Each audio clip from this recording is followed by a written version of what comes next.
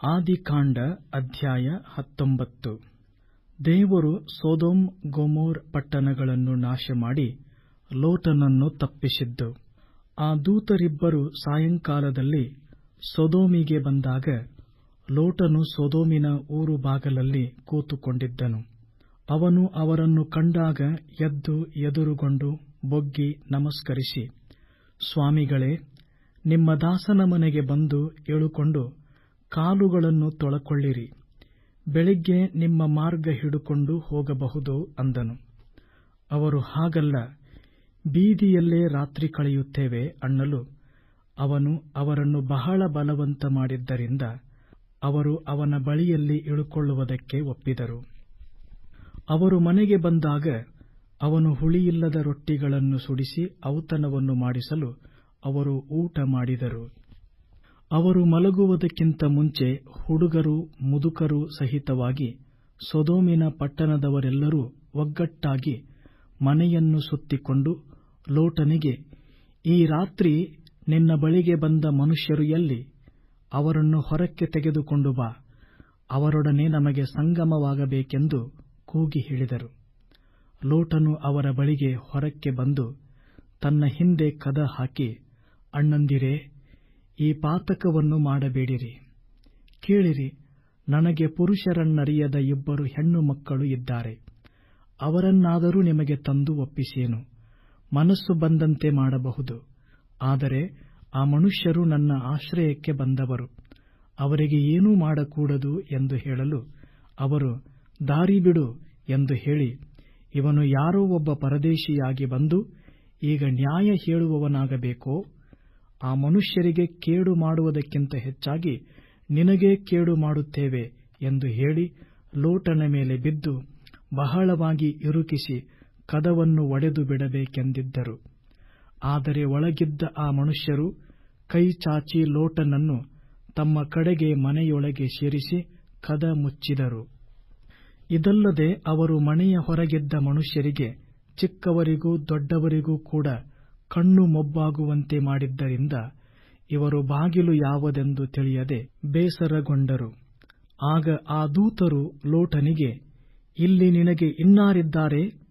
ಅಳಿಯಂದಿರನ್ನೂ ಗಂಡು ಹೆಣ್ಣು ಮಕ್ಕಳನ್ನೂ ಪಟ್ಟಣದಲ್ಲಿ ನಿನಗಿರುವ ಬೇರೆ ಎಲ್ಲರನ್ನೂ ಊರ ಹೊರಕ್ಕೆ ಕರೆದುಕೊಂಡು ಬಾ. ನಾವು ಈ ಸ್ಥಳವನ್ನು ನಾಶ ಮಾಡುವುದಕ್ಕೆ ಬಂದವರು. ಇಲ್ಲಿಯವರ ವಿಷಯವಾಗಿ ಬಲು ದೊಡ್ಡ ಮೊರೆಯು ಯೆಹೋವನಿಗೆ ಮುಟ್ಟಿದ್ದರಿಂದ ಇವರನ್ನು ನಾಶ ಮಾಡುವುದಕ್ಕಾಗಿ ಆತನು ನಮ್ಮನ್ನು ಕಳುಹಿಸಿದ್ದಾನೆ ಎಂದು ಹೇಳಿದರು. ಆಗ ಲೋಟನು ಹೊರಕ್ಕೆ ಹೋಗಿ ತನ್ನ ಹೆಣ್ಣು ಮಕ್ಕಳನ್ನು ಗೊತ್ತು ಮಾಡಿಕೊಂಡಿದ್ದ ಅಳಿಯಂದಿರಿಗೆ ಈ ಸಂಗತಿಯನ್ನು ತಿಳಿಸಿ, ನೀವೆದ್ದು ಈ ಸ್ಥಳವನ್ನು ಬಿಟ್ಟು ಹೋಗಿರಿ, ಯೆಹೋವನು ಈ ಊರನ್ನು ನಾಶ ಮಾಡುತ್ತಾನೆ ಎಂದು ಹೇಳಿದನು. ಆದರೆ ಅವನು ಅವರಿಗೆ ಗೇಲಿ ಮಾಡುವವನಾಗಿ ಕಾಣಿಸಿದನು. ಹೊತ್ತು ಮೂಡುವುದಕ್ಕೆ ಮುಂಚೆ ಆ ದೂತರು ಲೋಟನಿಗೆ, ನೀನೆದ್ದು ಇಲ್ಲಿರುವ ನಿನ್ನ ಹೆಂಡತಿಯನ್ನು ನಿನ್ನ 2 ಹೆಣ್ಣು ಮಕ್ಕಳನ್ನು ಬೇಗ ಕರಕೊಂಡು ಹೋಗು. ಊರಿಗೆ ಉಂಟಾಗುವ ದಂಡನೆಯಿಂದ ನಿನಗೂ ನಾಶ ಉಂಟಾದೀತು ಎಂದು ಹೇಳಿ ತ್ವರೆಪಡಿಸಿದರು. ಅವನು ತಡಮಾಡಲು ಯೆಹೋವನು ಅವನನ್ನು ಕನಿಕರಿಸಿದ್ದರಿಂದ ಆ ಮನುಷ್ಯರು ಅವನನ್ನೂ ಅವನ ಹೆಂಡತಿ ಮಕ್ಕಳನ್ನೂ ಕೈಹಿಡಿದು ಹೊರಗೆ ತಂದು ಊರಾಚೆಗೆ ಬಿಟ್ಟರು. ಹೊರಗೆ ತಂದ ಮೇಲೆ ಆತನು, ಓಡಿ ಹೋಗು, ಪ್ರಾಣವನ್ನು ಉಳಿಸಿಕೊ, ಹಿಂದಕ್ಕೆ ನೋಡಬೇಡ, ಈ ಪ್ರದೇಶದೊಳಗೆ ಎಲ್ಲಿಯೂ ನಿಲ್ಲದೆ ಬೆಟ್ಟದ ಸೀಮೆಗೆ ಓಡಿ ಹೋಗು, ನಿನಗೂ ನಾಶ ಉಂಟಾದೀತು ಅಂದನು. ಅದಕ್ಕೆ ಲೋಟನು, ಸ್ವಾಮೀ, ಅದು ನನ್ನಿಂದಾಗದು.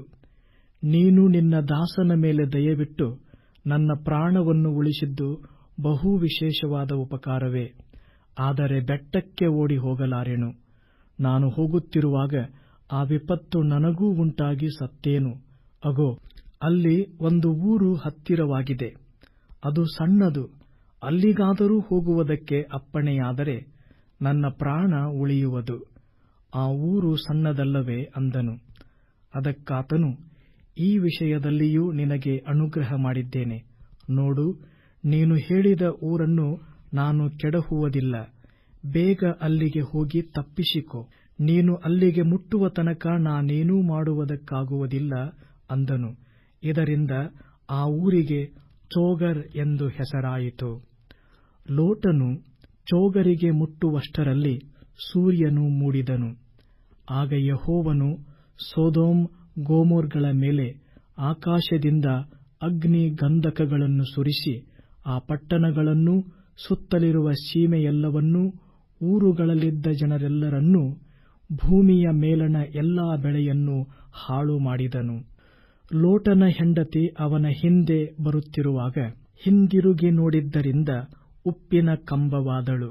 ಇತ್ತಲಾಗಿ ಅಬ್ರಹಾಮನು ಬೆಳಿಗ್ಗೆ ಎದ್ದು ತಾನು ಯೆಹೋವನ ಸನ್ನಿಧಿಯಲ್ಲಿ ನಿಂತಿದ್ದ ಸ್ಥಳಕ್ಕೆ ತಿರುಗಿ ಬಂದು ಸೊದೋಮ್ ಗೊಮೋರಗಳ ಕಡೆಗೂ ಆ ಎಲ್ಲಾ ಸೀಮೆಯ ಕಡೆಗೂ ನೋಡಿದಾಗ, ಅಯ್ಯೋ, ಆ ಪ್ರದೇಶದಿಂದ ಹೊಗೆಯು ಆವಿಗೆಯ ಹೊಗೆಯಂತೆ ಏರಿತು. ದೇವರು ಆ ಸೀಮೆಯ ಪಟ್ಟಣಗಳನ್ನು ನಾಶ ಮಾಡಿದಾಗ ಲೋಟನು ವಾಸವಾಗಿದ್ದ ಊರುಗಳನ್ನು ಕೆಡವಿದರೂ ಅಬ್ರಹಾಮನನ್ನು ನೆನಸಿ ಲೋಟನನ್ನು ತಪ್ಪಿಸಿ ಕಾಪಾಡಿದನು. ಮೋವಾಬ್ಯರು, ಅಮ್ಮೋನಿಯರು ಲೋಟನಿಂದ ಉತ್ಪತ್ತಿಯಾದದ್ದು. ಲೋಟನು ಚೋಗರನಲ್ಲಿರುವುದಕ್ಕೆ ಅಂಜಿ ತನ್ನಿಬ್ಬರು ಹೆಣ್ಣು ಮಕ್ಕಳನ್ನು ಕರಕೊಂಡು ಬೆಟ್ಟವನ್ನು ಹತ್ತಿ ಅಲ್ಲಿ ವಾಸಮಾಡಿದನು. ಅವನೂ ಅವನ ಇಬ್ಬರು ಹೆಣ್ಣು ಮಕ್ಕಳು ಒಂದು ಗವಿಯಲ್ಲಿ ವಾಸಿಸಿದರು. ಹೀಗಿರುವಲ್ಲಿ ಹಿರೀ ಮಗಳು ತನ್ನ ತಂಗಿಗೆ, ನಮ್ಮ ತಂದೆ ಮುದುಕನಷ್ಟೇ, ಸರ್ವಲೋಕದ ಪದ್ಧತಿಯ ಮೇರೆಗೆ ನಮ್ಮನ್ನು ಮದುವೆ ಮಾಡಿಕೊಳ್ಳುವ ಪುರುಷರು ಎಲ್ಲಿಯೂ ಇಲ್ಲ. ನಾವು ತಂದೆಗೆ ದ್ರಾಕ್ಷಾರಸವನ್ನು ಕುಡಿಸಿ ಅವನ ಸಂಗಡ ಮಲಗಿಕೊಂಡು ತಂದೆಯಿಂದ ಸಂತಾನವನ್ನು ಪಡೆಕೊಳ್ಳೋಣ ಎಂದು ಹೇಳಿದಳು. ಆ ರಾತ್ರಿ ಅವರು ತಂದೆಗೆ ದ್ರಾಕ್ಷಾರಸವನ್ನು ಕುಡಿಸಿದಾಗ ಹಿರೀಮಗಳು ಅವನ ಸಂಗಡ ಮಲಗಿಕೊಂಡಳು. ಯಾವಾಗ ಮಲಗಿಕೊಂಡಳೋ, ಯಾವಾಗ ಎದ್ದು ಹೋದಳೋ ಅವನಿಗೇನೂ ತಿಳಿಯಲಿಲ್ಲ. ಮಾರನೇ ದಿನ ಹಿರಿಯವಳು ಕಿರಿಯವಳಿಗೆ, ನಿನ್ನೆಯ ರಾತ್ರಿ ನಾನೇ ಅಪ್ಪನ ಸಂಗಡ ಮಲಗಿಕೊಂಡೆನು. ಈ ರಾತ್ರಿಯೂ ಅವನಿಗೆ ದ್ರಾಕ್ಷಾರಸವನ್ನು ಕುಡಿಸೋಣ, ಆಮೇಲೆ ನೀನು ಅವನ ಸಂಗಡ ಮಲಗಿಕೋ. ಹೀಗೆ ನಮ್ಮ ತಂದೆಯಿಂದ ಸಂತಾನವನ್ನು ಪಡೆದುಕೊಳ್ಳೋಣ ಎಂದು ಹೇಳಿದಳು. ಆ ರಾತ್ರಿಯೂ ಅವರು ತಂದೆಗೆ ದ್ರಾಕ್ಷಾರಸವನ್ನು ಕುಡಿಸಿದ ಮೇಲೆ ಕಿರಿಮಗಳು ಅವನ ಸಂಗಡ ಮಲಗಿಕೊಂಡಳು. ಅವಳು ಯಾವಾಗ ಮಲಗಿದಳೋ, ಯಾವಾಗ ಎದ್ದು ಹೋದಳೋ ಅವನಿಗೇನೂ ತಿಳಿಯಲಿಲ್ಲ. ಹೀಗೆ ಲೋಟನ ಇಬ್ಬರು ಹೆಣ್ಣು ಮಕ್ಕಳು ತಂದೆಯಿಂದ ಬಸುರಾದರು. ಹಿರಿಯವಳು ಗಂಡು ಮಗುವನ್ನು ಹೆತ್ತು ಅದಕ್ಕೆ ಮೋವಾಬ್ ಎಂದು ಹೆಸರಿಟ್ಟಳು.